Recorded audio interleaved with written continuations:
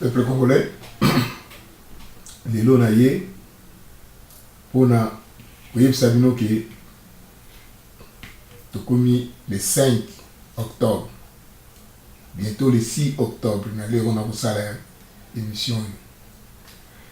D'ailleurs, koyeb sabino ke article 73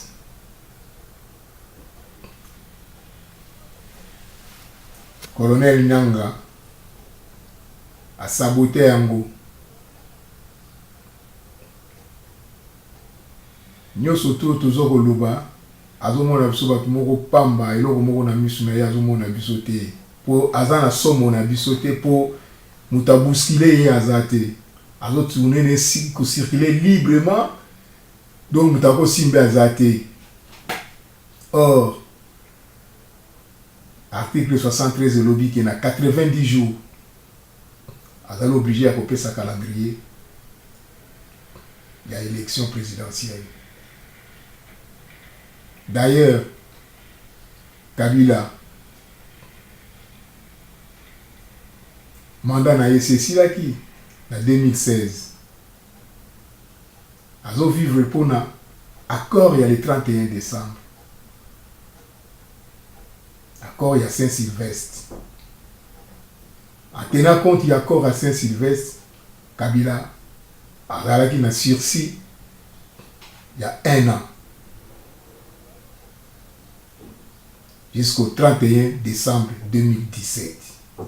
Alors, article 73, il oblique le scrutin pour l'élection du président de la République est convoqué par la Commission électorale nationale indépendante 90 jours avant l'expiration du mandat du président en exercice. La place, il y a avant mandat, la fin du mandat, donc c'est-à-dire que avant la fin, il y a accord, il y a le 31 décembre. Nanga, le coup la moelle surtout n'a rien, tous bangi ça a été, il a comme été, donc à cause de ça la dengue ya linkosal. Mais Kasavubu ayebaka mentalité la biso. Pour na discours ya Kasavubu alobaki yango. Yo kambingi na comprendre le discours ya Kasavubu. Pe na kutila bino ngo yo ka mobino moko ndenge Kasavubu alobi.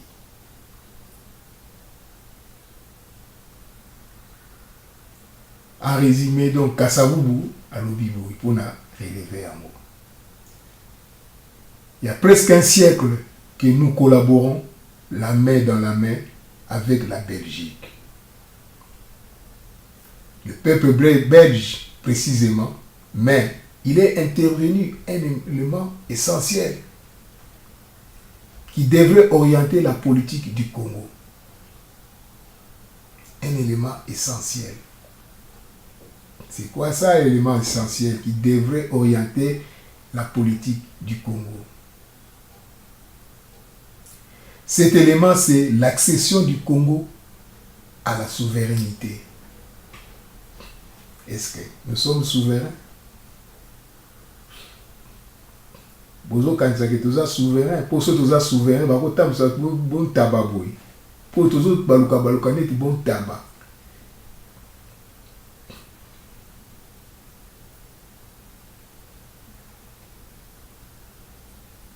Bah commentaire ils allaient trop, bah contradictoire, ils allaient trop katina biso donc tokosala ndenge nini donc oya lobi boye oya koloba boye oya lobi boye oya koloba boye o katumbi o boye na boye oya bibi William wa lokabi yete aza tutakasa ya Kabila donc la contradiction et l'équitro yamala Kasavubu alobaki yango. Cet élément c'est l'accession du Congo à sa souveraineté. Il fallait alors orienter tout vers ces principes fondamentaux. C'était donc si difficile, il y a eu presque dans toute œuvre humaine, il y a toujours des difficultés. Dans toute œuvre humaine, il y a toujours des difficultés. Vous comprenez qui yango? C'est tout simplement des difficultés d'adaptation. Difficultés d'adaptation. bazosala biso nko tosadapte mpe na nko yango tofandi na biso yango okasabu balobaki te difficulté d'adaptation peuple congolais bolamuka bozolala Kabila kolala biso combattant résistant la diaspora bopesaka ba mouvement makasi amoni mbala moko bolembo ekoti na kati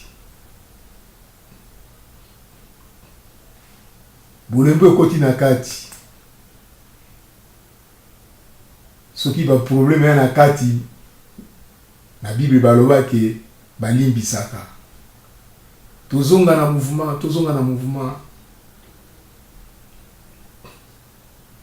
bato baya kotelemisa ba manifestation tout ça na bozonga na ba force bozalaki nango liboso sikoyo esili we koma bolali bopanzani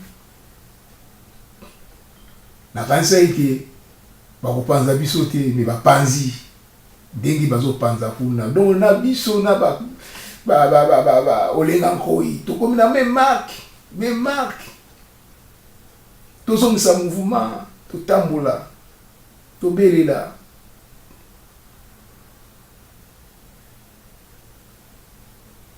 et comme l'adaptation n'a pas seulement un domaine, il fallait faire l'adaptation dans tous les domaines.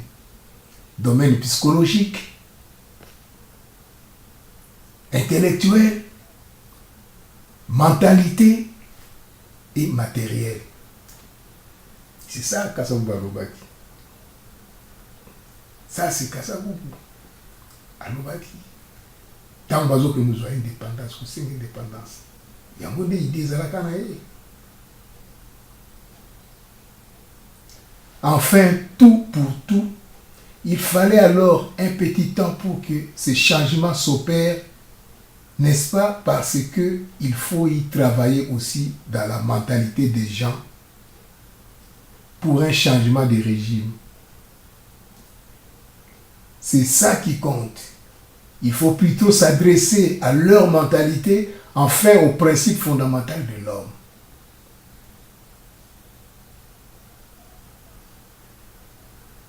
Il faut préparer les populations pour toute mesure qu'on voudrait prendre.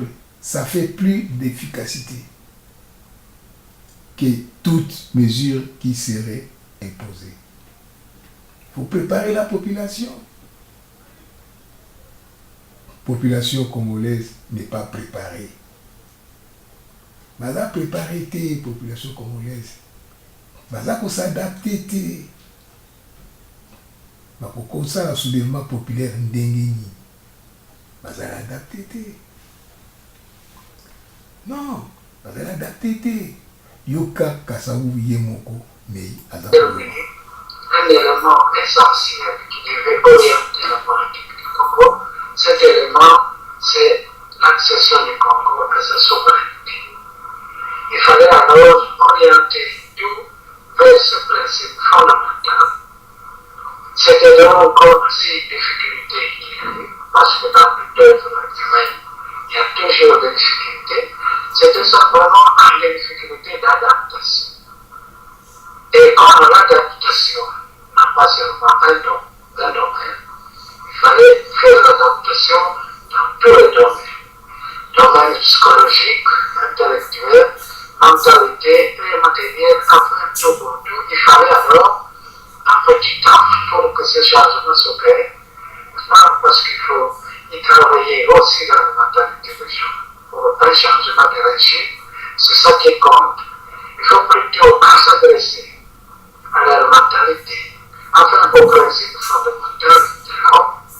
Il faut préparer les populations pour toutes mesures qu'on voudrait prendre. Ça fait plus d'efficacité que toute mesure qui serait imposée. C'est ainsi.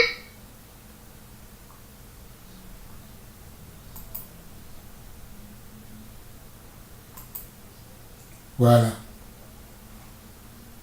Voilà. C'est ça.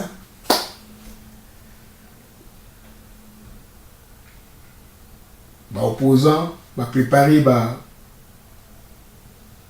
combattant na bango te bazaka ka balobi babeti maboko esili mais adaptation psychologique, mentalité psychologique et mentalité, ça c'est le plus grave, la clé de la révolution. Donc on s'est révolté ndengeni, ce qui va la psychologie, on développer ndengeni, ce qui mentalité, ils ont bien été, mentalement ils ont été, peuple congolais.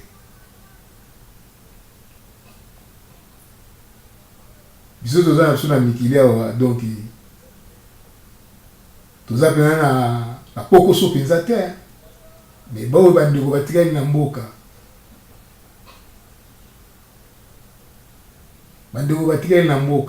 soki babimi babeti bango masasi oni avanda na ye wana ba MONUSCO wana bazomona ndenge bazoboma ba peuple MONUSCO azomona na ye c'est so MONUSCO ayaka pona ko défendre ba peuple tala en tête na sali ya MONUSCO parce que so total pe na charte ya ONU ilovini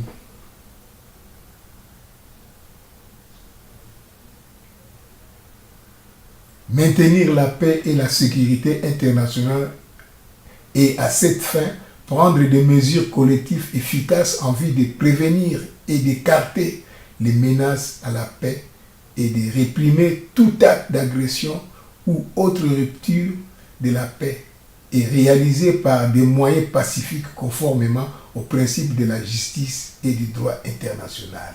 L'ajustement ou le règlement des différents ou des situations de caractère international susceptibles de mener à une rupture de la paix. Kabilazo kanga pamba Jekoko akuwa bakangiye asalini Frank Dion bakangaye asalani MONUSCO azakotala azakomona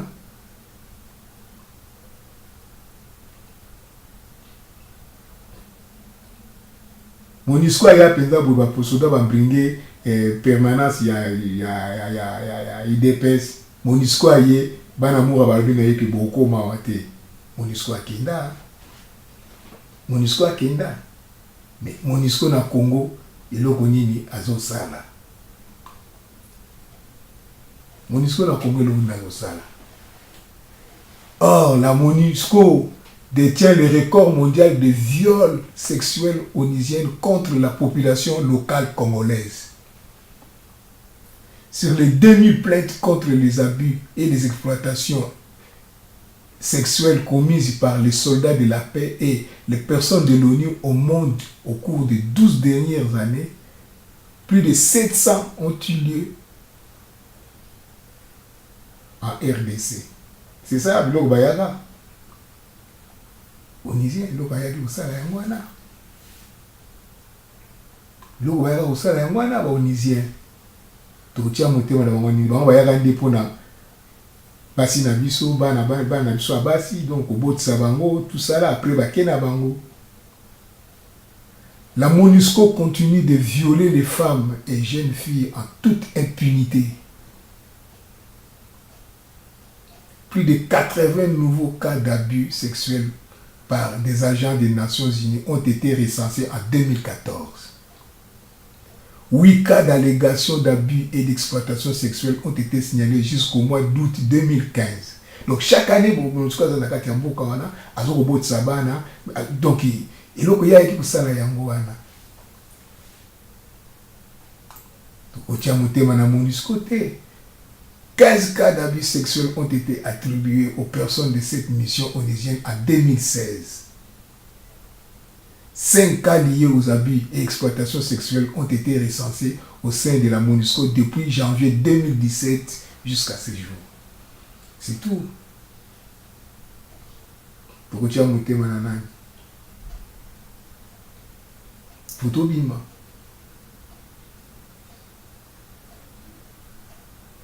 Photo bima. Parce que na bana sur YouTube, makamba bêtise va mosuba au sein na Congo, le mal très souvent lorsqu'il y a une grossesse ou bien lorsqu'il y a des maladies. Parce que ça n'a pas de maladie. Photo télé na makambo yo. Photo télé na makambo yo.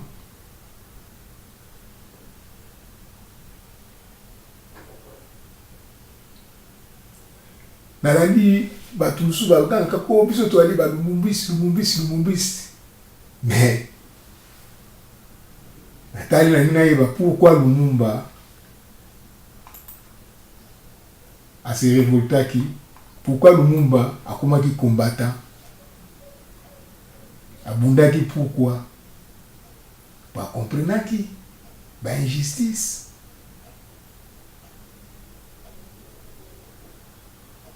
Parce que Lumumba lobi yango ye moko.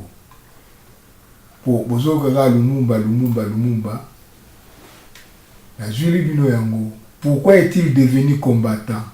Lumumba lobi. Bien longtemps d'avance, j'ai souvent lutté contre l'injustice. J'étais profondément éduqué dans la doctrine universitaire vraiment chrétienne. J'avais ces sentiments et mon père et ma mère me disaient, il ne faut pas être très méchant. Il faut être très bon envers les gens. Même quand on vous a frappé, il ne faut pas répondre. Alors je n'ai jamais compris dans ma vie pourquoi à l'école on nous enseigne il faut être bon nationalité chrétienne, il faut l'amitié à tous les hommes. Comme on peut concilier l'instruction que l'Européen nous a donnée à l'école, les principes de civilisation et morale, avec les actes que les Européens commettaient vis-à-vis de la population noire. Et c'est en faisant cette observation au jour, en comparant les principes qu'on nous enseigne, les actes qu'ils enseignent, alors je voyais chaque fois la contradiction. C'est ce que nous voyons maintenant. À chaque fois, Kabila nous dit ça, mais à chaque fois, il y a la contradiction.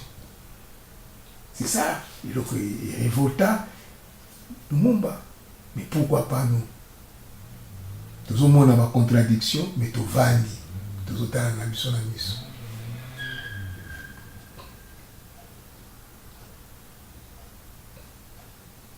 Na est poli, ils ont poli na est ya kusakana te. Ba milisi ezo bima ya ndenge na ndenge. Tu ya sûreté, celui bazo ya pona Kabila ou bien ndenge ni. Pour ça la nini siko. Soko lobi boye mususu lobi a bima, lobi a contredire yo. Ba contradiction koti na kati na biso moko. Oya lobi boye oya lobi ndenge mususu. Oya lobi boye ya qualifier ndenge mususu. Hein?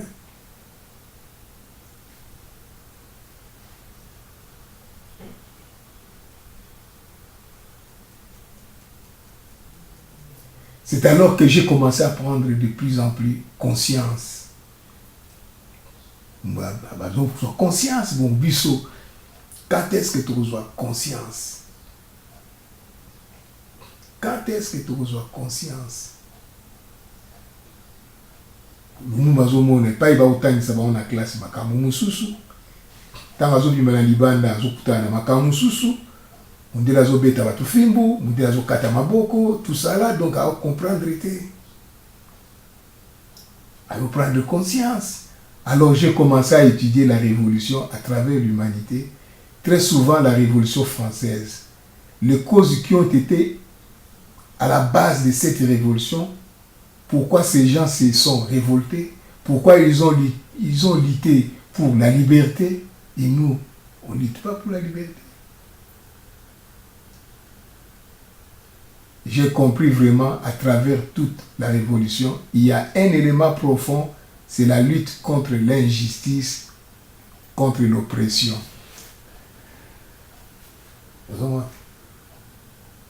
Contre l'injustice et l'oppression. Il y a un autre chose à vivre. Il y a l'injustice, il y a l'oppression. Au lobby, bakangi. Comme un jugement, le juge président là na ye. So aussi c'est ka beti gon ban mema e kende na ye.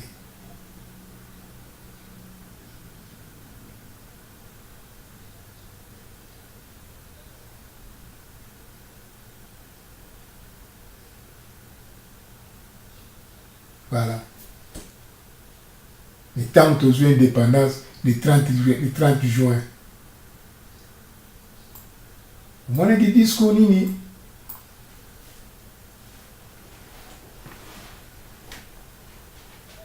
Patrice Emery Lumumba a fait ça qui devant ma Belge. A banga qui bangote. Parce qu'à mon avis, a commis libre.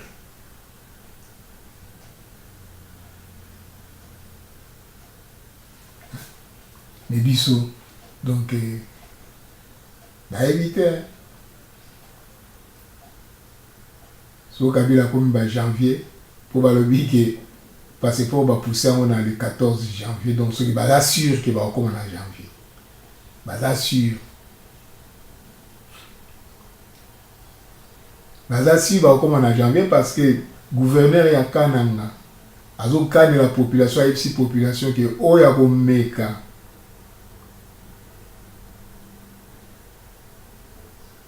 ko futa importer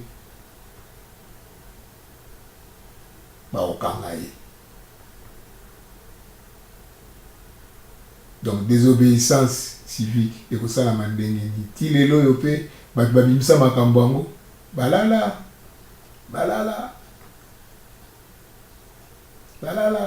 mandeko na ngai donc tala so mutabimi na ndenge ya arme ya minduki botika biloba loba pourtant bozoloba wana pe eloko moko bokosala ezate William Amouri abimia William Amouri mutakabila mutaboina bona mais yo vana no na poto odiaka na yo bien eloko moko sala réalité botika babiloba ba pam et puis ba journaliste belé ba komi ya ba télévision ya ba nini tu ba vidéo donc musala ba kolobaka pamba biloko moko ya pamba ya lukuta soko ba lobi lelo lobi omoni makambo isali ndenge mususu et comme pe ba tukanda comment peut ça ba tukanda Vous avez un poto awa, vous aurez bien formation wapi.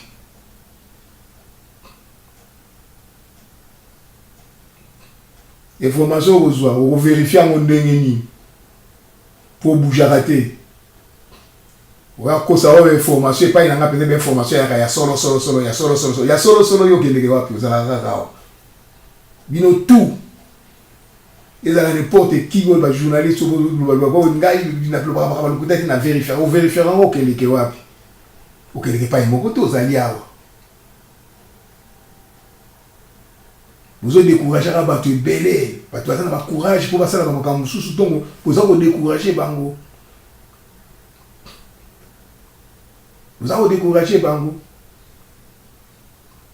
beaucoup ba journaliste moko donc journaliste a keleke pendant na terrain comme na terrain atali makamutu tozo mona ba journaliste français mususu ba kufa na ba Syrie bazo kufa belé mais bazo kende kaka na kati ya guerre journaliste na kati ya guerre azo kima masasi tout ça là yo oza na donc ozo banga okende parce que Kabila ko bomangai ko banga okende te alors botika makambo pamba ya ko déranger ba batu na matoyi ke o katumbi aboye boye na boye botika yango ils ont découragé Batou. Vous avez découragé Batou. Pour vous baloga biso na biso na poto to kosala ba ça ba règlement de compte kaka na kati na biso na poto. Oloba ki trop donc meri ba kenyo. Botikango. Parce que Lumumba Loba qui a bien combattant de l'indépendance aujourd'hui victorieux. Je vous salue tous au nom du gouvernement du Congo. À vous tous mes amis qui avez lutté sans relâche, à nos côtés, Nous avons connu des ironies, des insultes. C'est ça, Kabila Osanabiso. C'est ça, lui, Otokomona Sikoy. Ironie, insulte. La prison, ya pamba pamba. Dieu Mindonga Laza wapi. La maladie. Et c'est va occuper maladie naïe. Tobi mise ndenge nini na prison.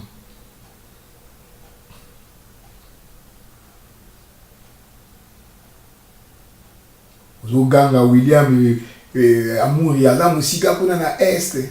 Metako aza musika na este yo ana baza ira. Baza li peut bouger. Yazo bouger na côté na bango. Pour côté wana nde soki bango bazate mbele kala Rwanda sa zwaki yango. Eloko bozo bosa na ngwana. Bozo bandinga bazo ba moko bozo ba bisobela. Batona so baza côté na kuna te Rwanda kozwa yango vite fait. Soki Rwanda yaki na côté baza yinga sa zwaki ngome matadi wana basa zwaki yango. Côté na bayebani.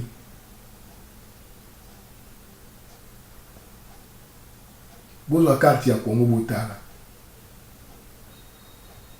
Bozwa carte ya Congo botala.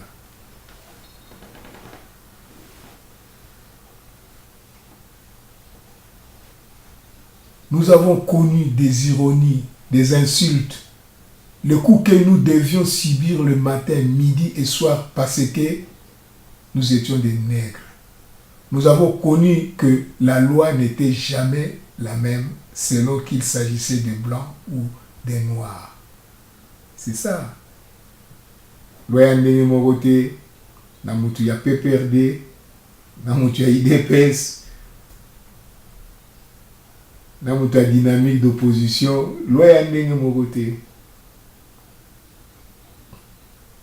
Kalo ba manifestation salamaki na ambassade ya Belgique.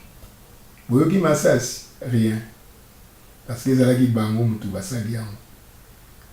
Soki IDPS abimi bakokema ye.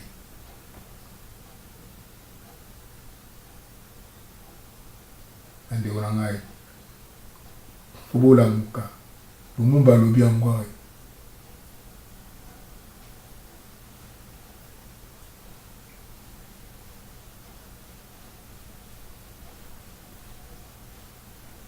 Qui oubliera le fusillade, le cachot fulgurant, jeter ceux qui ne voulaient plus se soumettre au régime d'injustice, d'oppression et d'exploitation.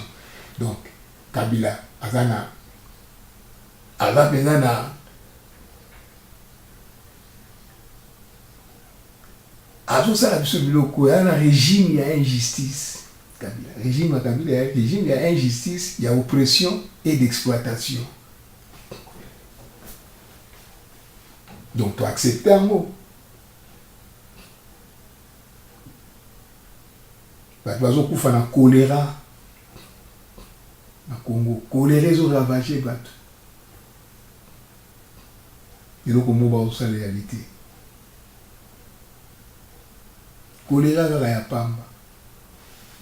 Et donc, comment ils ont été. Soki kaka tozaka ndenge oyo vaut mieux toi arrêter parce que eloko moko tokosala eza te.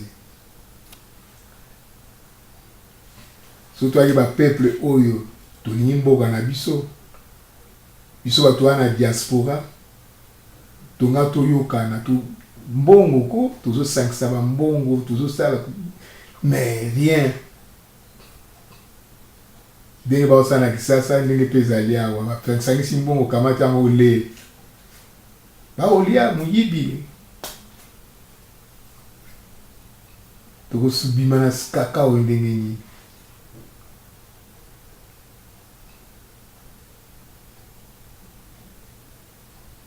La manifestation est comme donc au groupe ya lobby bo tout ça là soki ngai te ko sala mate soki donc tout la mboka kufa combattant résistant bozong esprit bola muka bozolala bola muka botika bakerel pamba pembeni, botika babiloko mosusu pembeni, totelema. Institution ezali awa tolanda institution ezali awa, botika bakerel pembeni, ça ne sert à rien. Toi subana mikete biso tu tozali awa, tozana bato na babana na mboko oyo bakola, tozana bakoko, toza subana mikete, tozongisa esprit yoka Lumumba ayebisa ndenge akomaki epesaki akoma ndenge. J'ai souvent lutté contre l'injustice. J'étais profondément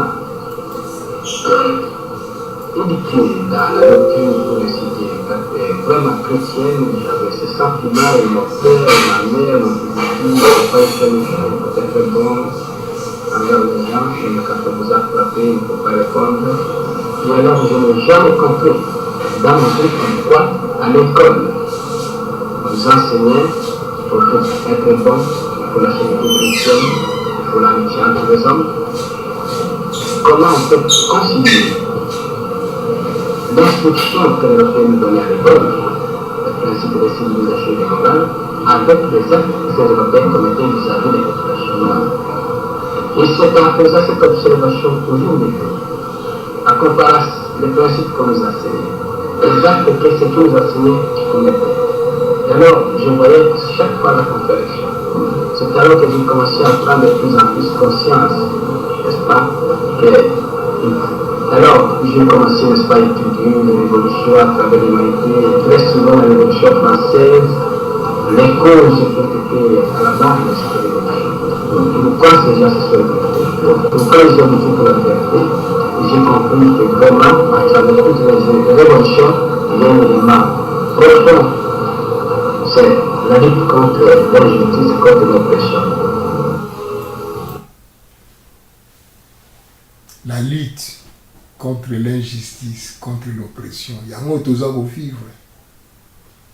Yango toza ko vivre. Mais quand Lumumba ye moko, atomboka na yango ye moko. Yango tina. Babumai. Yango ndenge babumai. Mais ceux qui biso tuza kobanga Kabila. Ozo mwana ngote ka osala aza l'aise, Kabila aza l'aise koleka mutu nyonso tu. Parce que yebi ke mutu bouger azate, mbongo ne ezali na kati ya poto awo. Batune bazali bazo travailler. Mwende bapanzi combattant te. Buchara tembe obiso bapanzi yango. Mbongo Kabila ye panzi yango. Et les heures à l'obangote. Si on ne corrompt pas, on va te konga na incorruptible. Non. Pour l'Europe, ça y est en haut. Il ne faut pas corrompre le bosso beau et bongo si malango. Pour le bakenga na incorruptible. Yangote, combattre Panzani. Vous m'exaltez toi dans mois de septembre. Le 8 octobre, novembre, décembre. Après, vous osez l'année. Musicien ya pona bobima. Et vous avez soni sur musicien ba ya bobimi et vous avez soni mingi. Donc ça pensa que bozo kangade ba faible. Ba kinwe bende bozo ko kaba monter. Et puis na rythme bozo tenamo boeti, boko mona rabe ba musicien ba ya mo souffle ba beti musique na ba peut bien. Justice français na ndenga luako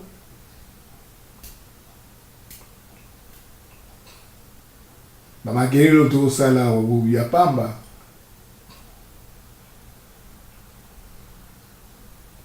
to sangisa bambongo potoluka to sunga ba petit na kisasa pour ata so soulèvement populaire ça mi bato ba ozoka ba ozala awa na diaspora nyonso tu bwana fond oyo tout soutenir bato ya Kisasa ou bato ya Congo kaka maloba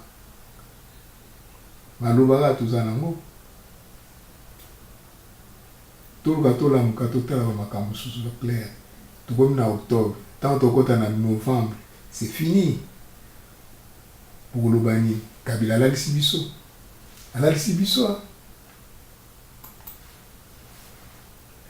Kabila alalisi biso pongi bato ndeko na ngai donc botika makelele. Sans dignité, il n'y a pas de liberté. Sans justice, il n'y a aucune dignité. Et sans indépendance, il n'existe pas d'ordre libre. Un jour, l'Afrique écrira sa propre histoire. Patrice Emery Lumumba, né le 2 juillet 1925 au Congo belge, et est mort assassiné le 17 janvier 1961. Il fut l'une des principales figures de l'indépendance du Congo.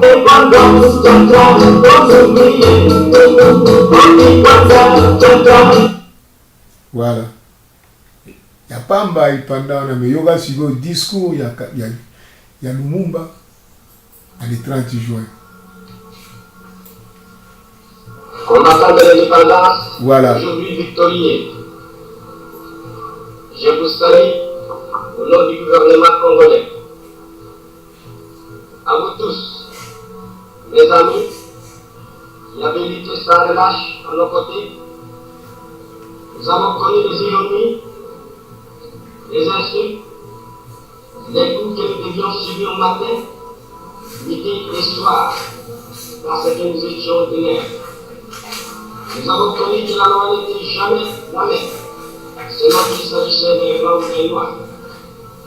Qui oubliera des fusillades, des cachons publiquement jetés, ce qui ne voulait plus se soumettre au régime d'injustice, d'oppression et d'exploitation.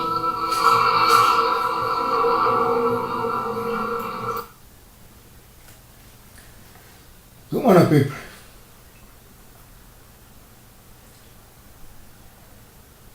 Tobana na biso iloko moko ya kosalela te toza koloba sikoyo bato na bato bakoma koloba na bandako na bango ozwi kamera okomi kogangaganga kocontredire ozobuluba makambo oyo oza na mutu na yo ozokana eza réel te moto aza na kisasa akopesa mpe bainformation ya lokuta olobi yango bato lokola bapapi tamba wana oyo na poto moyibi ya basheki banini na bamagasin akomi monene eti ngulu moko boye donc vi na ye na moni yango eza su mosika te mpo mobali akozala ndenge akomi wana te bitala ndenge azodefendre Kabila azotala te voisin aza pembeni na bango ya lupango na ye eske azolia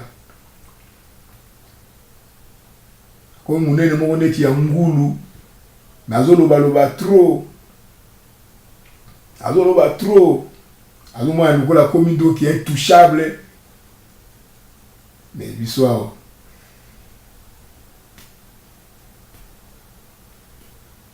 nga na découragé parce que akanisaki ke bacombattant barésistant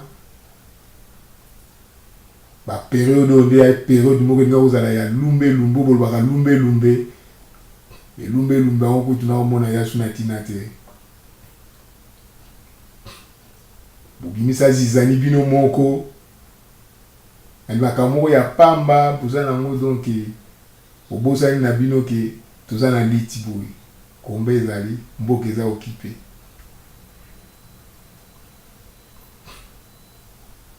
mboka eza okipe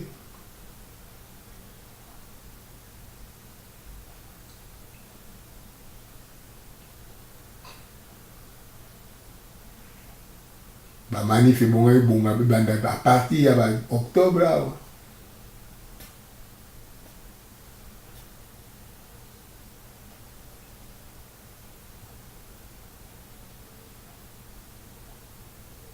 mawa mingi natili bino Kasavubu natili bino Lumumba po bocomprendre esprit nini ezalaki na bato wana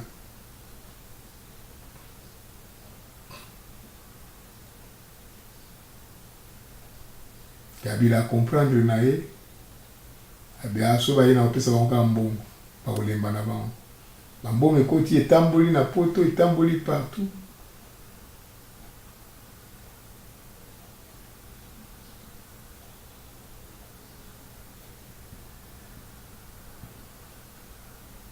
siko totalela dokolo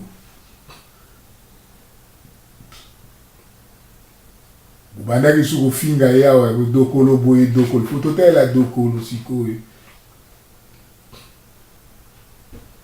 dokolo alobaki ke le 31 décembre Kabila akoko passe yango te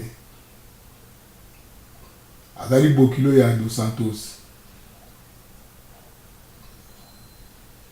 akoki kosala quelque chose ke yo mutu vandi akaka pamba ozokoloba pamba okosala rien mais ye akoki kosala eloko nazoluka nde mutu oyo akobimisa basoda mpenza babete masasi Kabila akufi ou balongoli na pouvoir je n'ai rien à foutre ke yo mutu wana boye mutu wana ni rien même ata katumbi wana soki abimisi mbongo na ye esali makambo akovanda wana mbule koya nsima mandane ekoki esili alongwe bato mosusu bazwi poste po yo ozoganga na ndako na yo neti moto mosusu naokaki na États-Unis kuna na nini ya jino azoganga koluba na makambo ya katumbi o katumbi boye na boye tout ça là non yo osala rien yo Le terme apartheid n'existerait pas dans le langage humain si les blancs n'étaient pas en Afrique du Sud.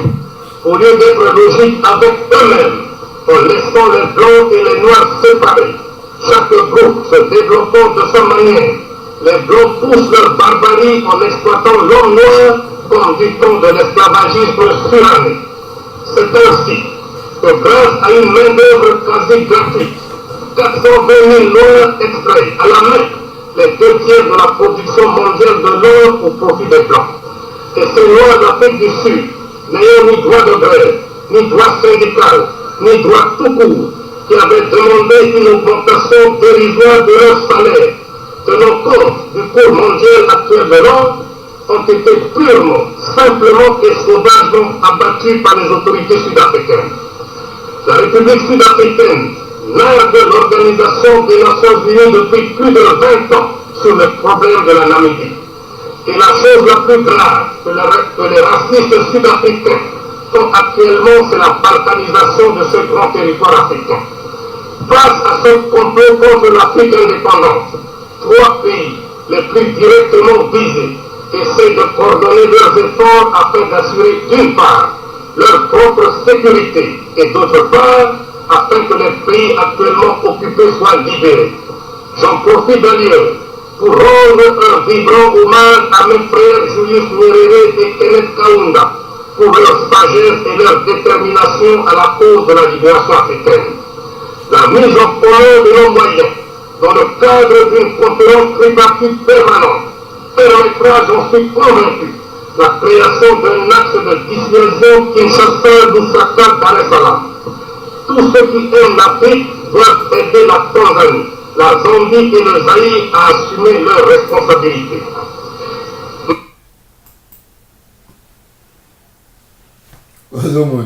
C'est quoi? Il est intervenu un élément essentiel qui devait orienter la politique du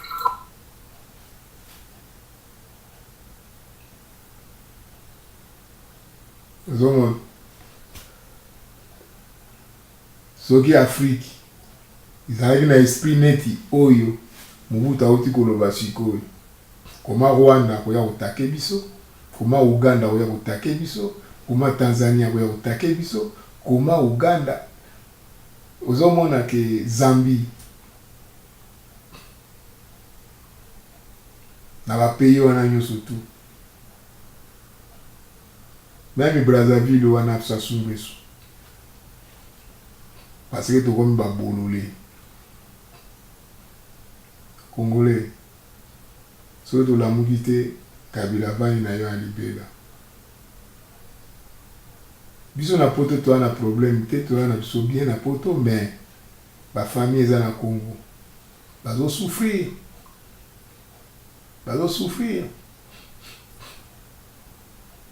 poto lobi totindaka mbongo biso diaspora tindaka mbongo tout ça na Congo otindaka mbongo sanza nyonso tout te ya ba moment otindi tango mozui kama moyen otindi après soki uza na moyen te eza na ngaba maloba poso otindi na mamo ya boti yo na tato ya boti yo na bandeko obotami na mama moko biso na Afrique tozali cousin ate mwana noko azaka ndeko na yo noko azaka ndeko na yo donc mama leki mwana mama leki azate so famille na yo o ya libungu na yo bale bon mama leki siko ya bota te azana mwana te osala nini noko wana bana ne batelema te bazo osala nini donc ça la difficulté alors c'est un combattant là-bas résistant au bana poto siko yo na diaspora entier faut que luka kusangana kuluka kufungola caisse de solidarité. Il faut faire la caisse de solidarité en cas de pépin, en cas de quoi. Pour que on peut engager les mercenaires à Kiti, à Sali Masolo.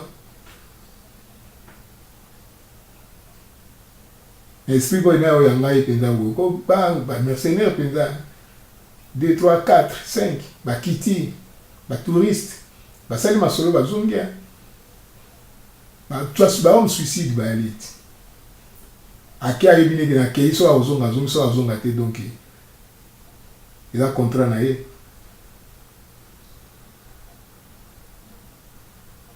pour nazo mona tunisien oyo na oni alobaki akinoko bimsa makambo na oni na na jirana la binoni na butala donc ba makambo mususu donc bango ba bengana Benali e komi na tour na biso alembongo. L'ONU demande à la République démocratique du Congo de publier dès que possible, dès que possible, un calendrier électoral réaliste. Dès que possible. Donc, sur les possibilités, on y a publié, ce n'est pas publié, pourquoi dès que possible? Nous avons le droit de l'homme, dès que possible. Et un calendrier réaliste, c'est vous comprendre en vous comprendre dès que possible et réaliste, dès que possible. Donc ce qui au moins est coquille, ce qui veut dire que non possibilité d'atteindre Nicolo. Donc c'est là dès que possible et réaliste. Ça veut dire non ma caméra tambola bien été bitumbeza na est. Nous continue à Kinshasa, Nambandaka. Donc c'est ça la réalité. Réaliste, c'est quoi? Réalité. En ce que la réalité, c'est mais on y a pessi bango ndema. Ndenge gouvernement congolais lubaki. Ya ndenge on y a lobby pour bango lubaki yango bien, mina ko lubaki yango bien. Dès que possible et calendrier réaliste.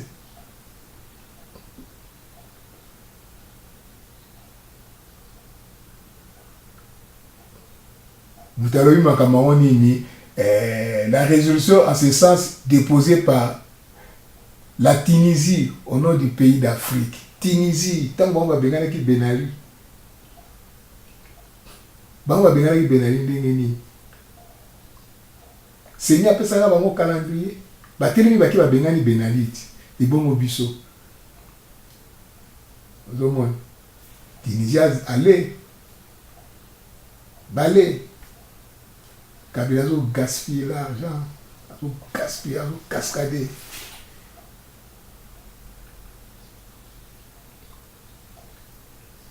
Et puis balinga ibati ya sikoyo congolais azala soki président ya na droit de l'homme. Heureusement que moi sur les États-Unis à Téléméliango. Il y a droit de l'homme aux États-Unis à Téléméliango. Donc, basali peut voter, hein. Basala qui vote, tu peux dire salami.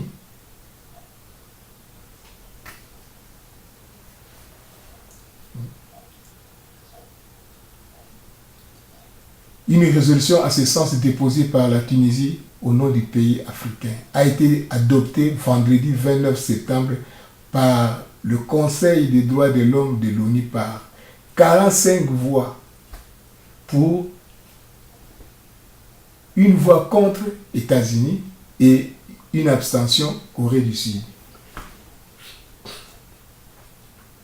Corée du Sud a pour Yamoka parce que Congo mutapesa ki Corée du Nord ba uranium. Kanda na yamona abstention. Sinon, il y a 45 pays. Donc, tous les pays d'Afrique vont contribuer sur l'environnement. Vous voyez,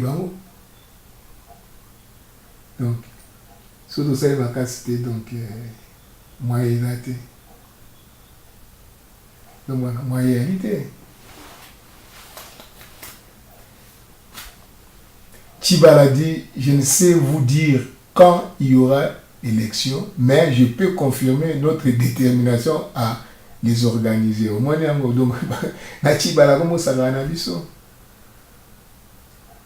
il rappelait le défi sécuritaire et a renvoyé la balle à la CENI. C'est à l'issue de l'évaluation entre le Conseil national de suivi de l'accord, le gouvernement, la Commission électorale nationale indépendante, qu'un calendrier électoral sera publié. Mais vous savez qu'il y a des problèmes parmi lesquels l'insécurité dans l'espace kassaïen. Le Kasaï a aussi droit à 3 mois d'enrôlement comme d'autres provinces. Je crois que vous avez compris pourquoi nous devons soutenir le général Williams Amouri. Jusqu'à la preuve du contraire,